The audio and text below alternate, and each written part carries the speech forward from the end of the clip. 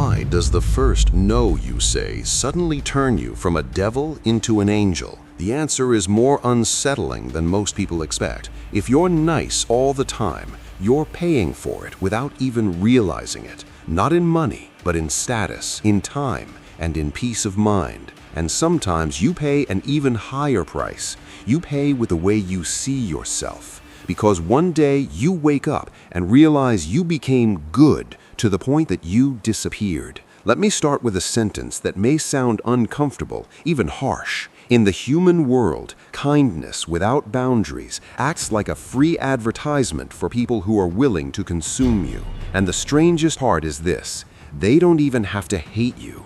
They can smile at you, praise you, and quietly drain you at the same time. Now ask yourself one simple question. Why is the nicest person in every group usually the first one everyone asks for everything, and the last one people remember when that person is the one who needs help? Here's the contradiction society sells as wisdom.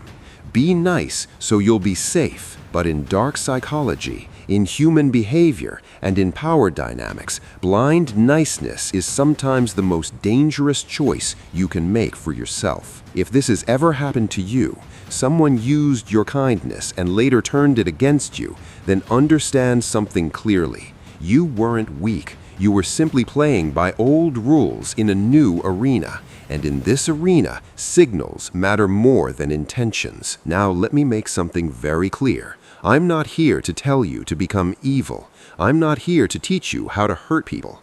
I'm here to teach you how to be kind intelligently, so your goodness becomes a weapon, not a bill you keep paying. Machiavelli wrote The Prince after observing something uncomfortable about human nature. The problem wasn't that people lack morality. The problem is that people read signals faster than they read words, and they judge appearances and outcomes much faster than they judge intention. Before we go further, write one sentence in the comments right now, a sentence that untangles a huge psychological knot.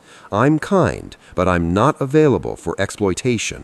And stay with me until the end of this video, because at the end, I'll give you one sentence you can use in almost any high-pressure situation without explaining yourself, without apologizing, and without starting a war. Now picture this scene with me like a short film. You're at work, it's 10 a.m., you're walking into a heavy day. Your manager passes by in a rush and says, "Good morning, by the way, we need you for one small thing." You say, "Sure." You open your laptop, and that small thing quietly turns into an hour. An hour later, a coworker walks over. "You're really good at this part. Just 1 minute, take a quick look at this for me." You say, "No problem."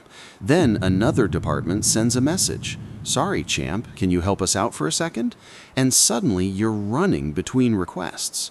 Part of you feels like you're doing good, but your body doesn't agree. Your shoulders tighten, your breathing gets shorter, your eyes keep drifting back to the clock. And with every no problem, a quiet voice inside whispers, "Was I born just to clean up everyone else's chaos?" Then, at the end of the day, the scene happens that quietly breaks a lot of people. The manager calls a quick meeting and thanks the people who led the project.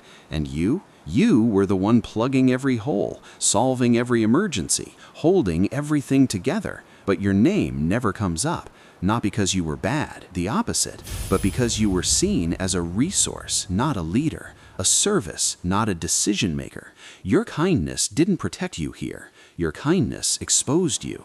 And this is the first rule of the reputation game. When kindness becomes expected, it loses its value. In psychology, this is known as hedonic adaptation.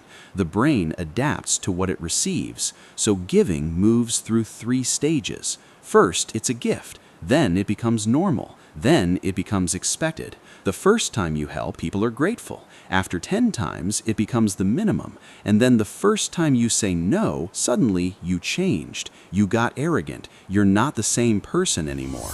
But here's the deeper layer most people never notice.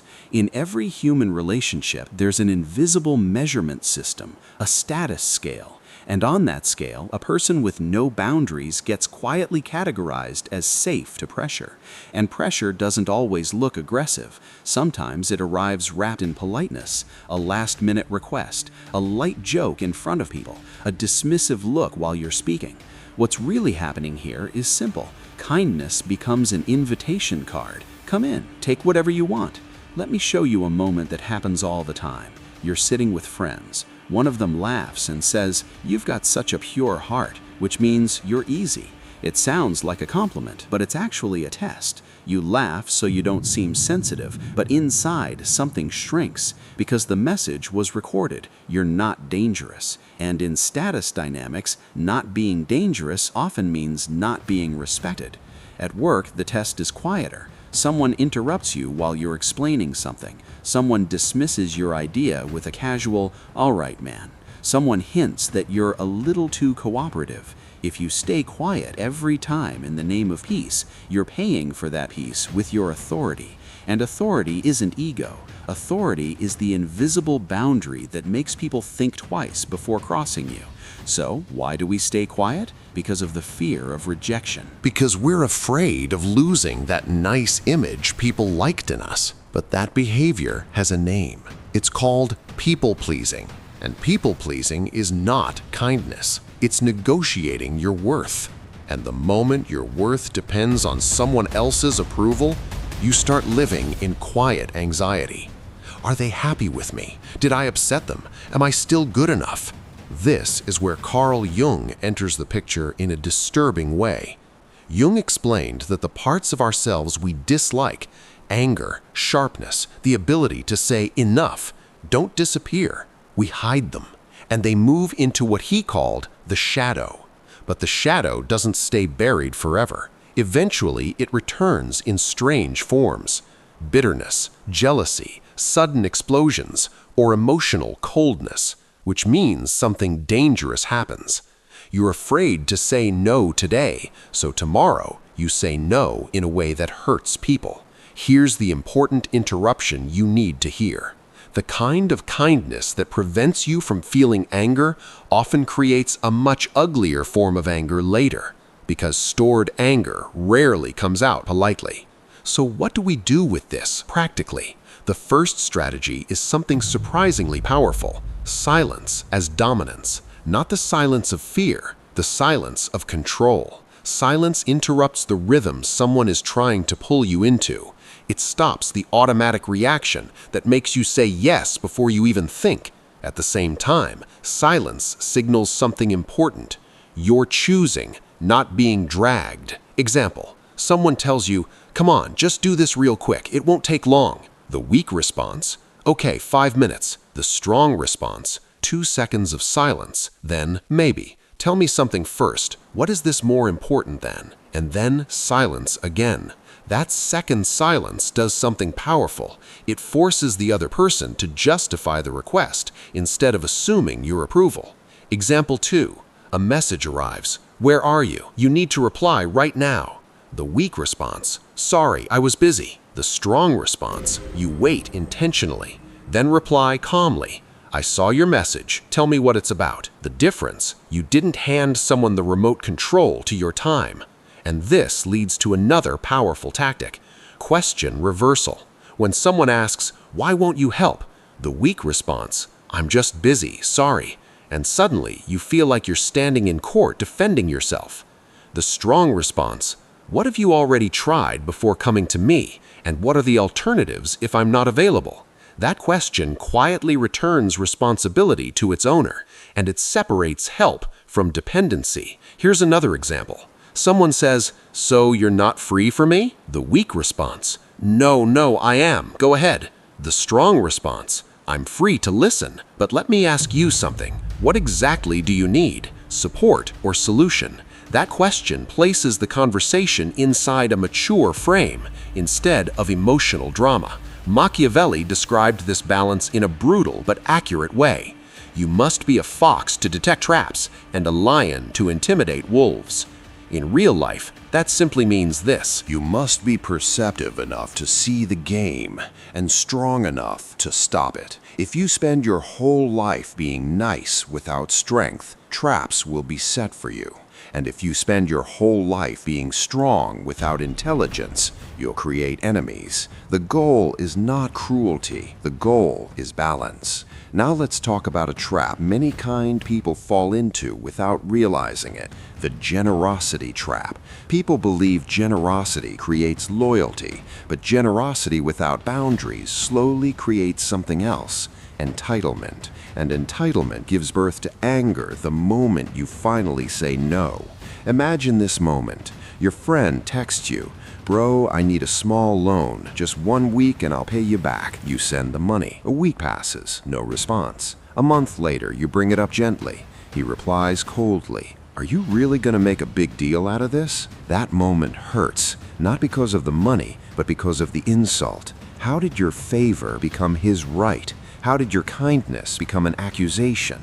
Now here's an even more common scenario. You're always the one driving your friends around. At first, they thank you. Later, it becomes normal. Then one day, you say, "I can't," and suddenly there's an awkward silence, followed by, "Okay," but the tone carries blame, as if you just committed a crime. That moment reveals something important. Routine kills appreciation. And this connects directly to a fundamental psychological law. Scarcity creates value. When something is always available, its value fades in people's perception. This doesn't mean you disappear so people value you. It means you refuse to become limitless, because limitless generosity slowly erases value. Machiavelli once said something brutally practical. Benefits should be given little by little so their taste remains. In modern life, that means something simple. Don't give all your energy to everyone. Keep some for yourself. Keep some for people who truly deserve it, and leave space for others to rely on their own strength. Because when you solve every problem for people, you steal their chance to grow, and you quietly steal years from your own life. Here's another uncomfortable truth.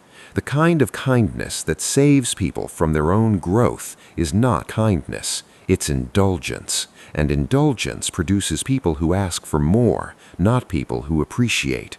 Nietzsche looked at this dynamic from a disturbing angle. In his idea of ressentiment, he explained how some people turn weakness into a moral mask. They condemn strength, they cling to weakness, because that way they never have to grow. But here's the question that matters for you. Is your kindness truly a choice, or is it fear of conflict dressed up as virtue? Because that distinction changes everything, and once you see it, you start seeing it everywhere. Now let's move to another tactic that quietly shifts power in conversations. Agree and amplify. When someone tries to define you with an accusation, you exaggerate it slightly and redefine the frame. Someone says, "What, are you cheap?" The weak response, "No, I'm not cheap. Things are just tight right now." The strong response, "Yeah, I'm very selective with my time and energy. That's why I spend them on things that actually matter." Notice what happened. You didn't defend yourself. You reframed the accusation into a principle. Another example. Someone says, "You're way too sensitive." The weak response, "No, I'm not. The strong response, "Maybe I do notice things quickly. That's why I value clarity. But disrespect isn't a joke." Then silence. And silence here does something powerful. It allows your words to land instead of dissolving into argument. This is called frame control. Their frame says, "You're the problem." Your frame says, "I'm clear, and these are my boundaries." And whoever controls the frame controls the story. Another powerful technique is something called fogging. It's firm but soft. You acknowledge a small part of the criticism without surrendering your position. Someone says, "You're always late." Weak response, "Fine, I'll do whatever you want." The strong response, "Maybe I was late today, yes. That won't happen again, but I still won't be able to take that request." You separated acknowledgement from obedience, and that surprises the person who expected your guilt to control you. Clarity without cruelty, boundaries without hostility. But many people hesitate here. They say, "If I do that, people will think I'm bad." And that brings us to a deeper truth. the mask of virtue. The world does not reward truth all the time. Often, the world rewards image. This isn't conspiracy thinking, it's social reality. Machiavelli said, "Everyone sees what you appear to be. Few know what you truly are." Which means your social image carries power. People judge your strength long before they hear your explanation. Here's a scene that illustrates this perfectly. You're speaking in a meeting. Someone interrupts you. You say politely, "Go ahead," once, twice, 3 times. After that, they talk over you the entire meeting. Why? Because you sent a signal. I'm not claiming my space. And people follow signals, not intentions. So, should you become aggressive? No. The answer is clarity. You are kind, but you are not available for disrespect. When someone interrupts you, simply say, "1 second, let me finish this thought." Then continue speaking calmly. That isn't confrontation, that's a boundary. And over time, people learn that your speaking space is not free. At work, this difference is enormous. It's the difference between being seen as a helper and being seen as a leader. Leadership isn't a loud voice. Leadership is the visible ability to organize priorities. The person who says yes to everything signals something dangerous. This person can be stretched thin. But the person who chooses carefully signals something else. This person leads. Let me show you a story that repeats itself in almost every company. A new manager arrives. He wants to be liked, so he says yes to every request from above. Then he turns to his team and says, "We're one team." The result? The team gets crushed with constant pressure. Quality drops, resentment builds. Why? Because he tried to look kind, but he failed to protect them. Real goodness in leadership isn't about pleasing everyone. Real goodness is protecting what matters, even if someone is temporarily upset with you. And this reveals an uncomfortable truth. Sometimes being good means saying no to something wrong, even when it briefly looks harsh. The difference between a nice person and a good person is enormous. The nice person runs from conflict. The good person resolves conflict. The nice person protects surface peace. The good person protects real respect. Now here's the twist most people never see. The real trap is not the people exploiting you. The real trap is your identity. Sometimes we cling to the identity of "I'm a kind person" because we're afraid of the identity of "I'm a strong person." We fear that strength means cruelty, so we choose blind niceness and call it morality. But often it's something else. It's fear of confrontation wearing the costume of virtue. Nietzsche would say this is morality hiding helplessness. Jung would say you're denying your shadow. You're trying to be an angel, but angels are incomplete. And that's why relationships built around angels often end in bitterness, because suppressed strength eventually turns into resentment. Here's the truth you need to hear. You don't need to be an angel to be respected. You need to be whole. And wholeness means something simple: kindness plus sharpness, mercy plus boundaries, heart plus spine. Now let's speak clearly about the economics of power. Every yes is also a no to something else: your time, your energy, your focus, your sleep, your health, your projects, your relationships. When you say yes to everything so people like you, you are buying temporary affection while quietly selling your future on installments. Stoicism offers a powerful rule here: the circle of control. Inside the circle, your decisions, your boundaries, your responses. Outside the circle, other people's opinions, their moods, their gratitude. If you build your life around what's outside your control, you will live like a servant to unstable evaluations. Here's a small exercise. After this video, write down the names of 5 people you help frequently. Then ask yourself one uncomfortable question. If I disappeared for 1 week, who would look for me, and who would look for the service I provide? That question may sting, but it will free you. And draining only happens with people. It also happens at work when you're always available. Someone says, "Can we do a quick call?" You say yes. The call becomes an hour, and suddenly half your day is gone. If this happens repeatedly, look at it through one lens: economics. You're spending your most valuable resource, focus, on someone else's schedule.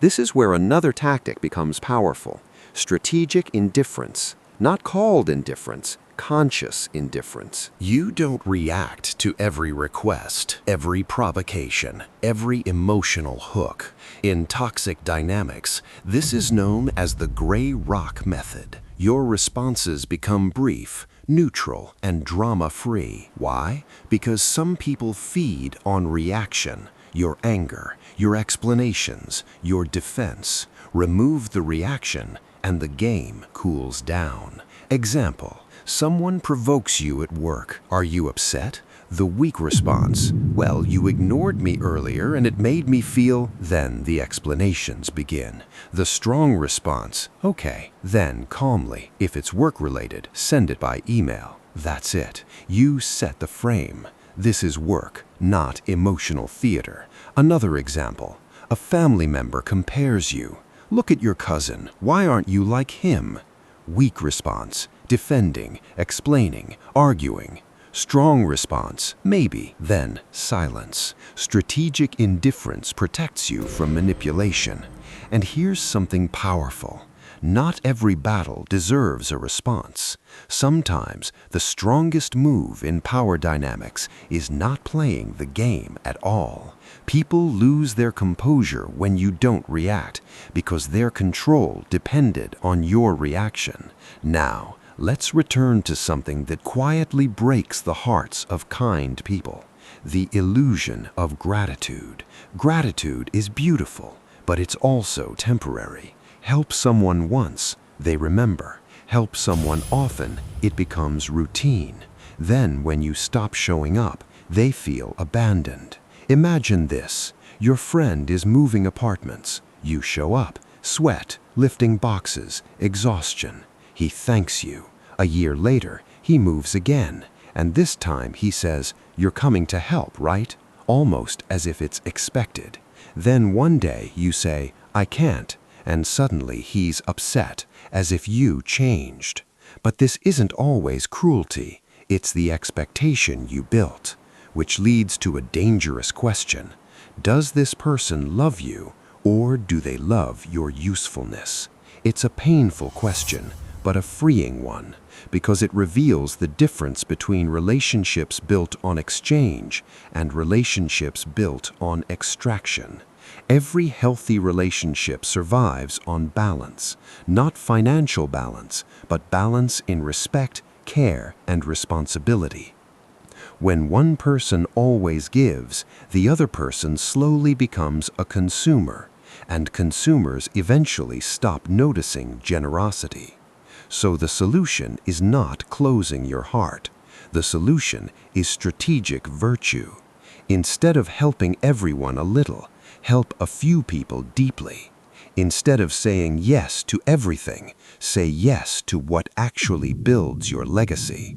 Scattered goodness disappears. Focused goodness creates impact. Let's apply this at work. A coworker asks, "Can you do the presentation for me?" Before answering, ask yourself one question. Is this a situation or a pattern? If it's a situation, help, but with boundaries. Weak response: "Sure, I'll do everything." Strong response: "I can help review it with you for 15 minutes and give feedback, but you'll present it." You help, but you also build responsibility. If they push back, "So you're not going to help?" Use question reversal. What's already been done and what's left? Now the conversation shifts from emotional pressure to planning. And that's the difference between helpless kindness and leadership kindness. The same pattern appears in romantic relationships. Some people test you through emotional distance. They delay replies, they pull back attention just to see if you'll chase. If you care, tension builds, and suddenly you're seeking validation.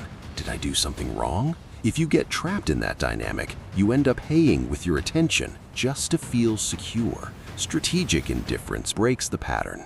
Instead of sending 5 anxious messages, send 1.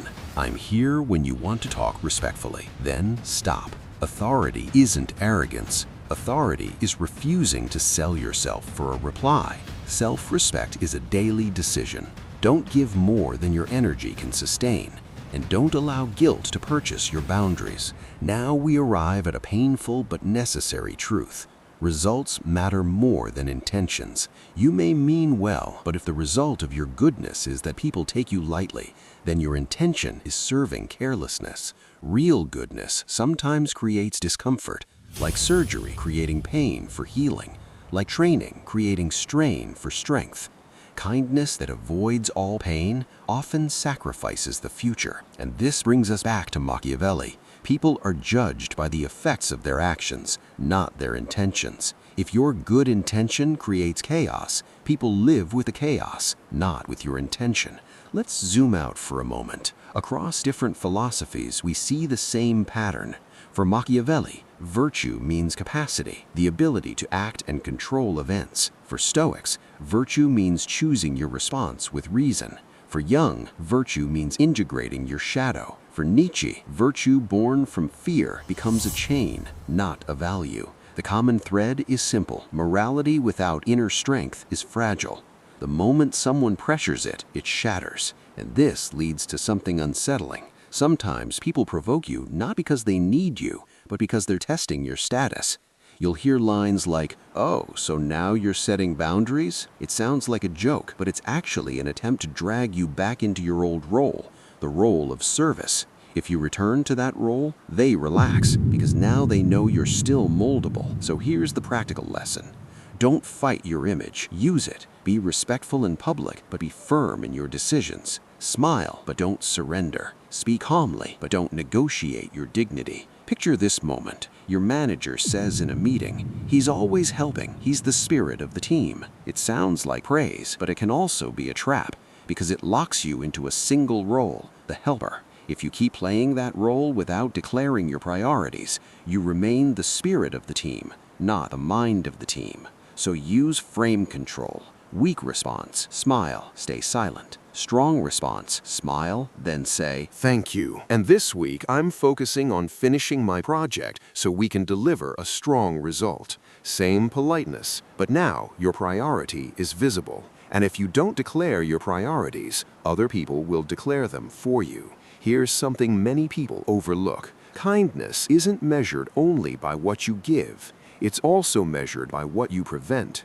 Sometimes kindness means preventing laziness, preventing carelessness, preventing relationships from becoming extraction. And that requires courage, because the immediate price is discomfort. Someone gets upset, someone calls you harsh, but that short-term discomfort often buys long-term respect. This is the difference between nice and good. Nice avoids guilt. Good tolerates temporary guilt for a better outcome. And that's why people who pursue outcomes sometimes appear stronger, even when their intentions are deeply compassionate.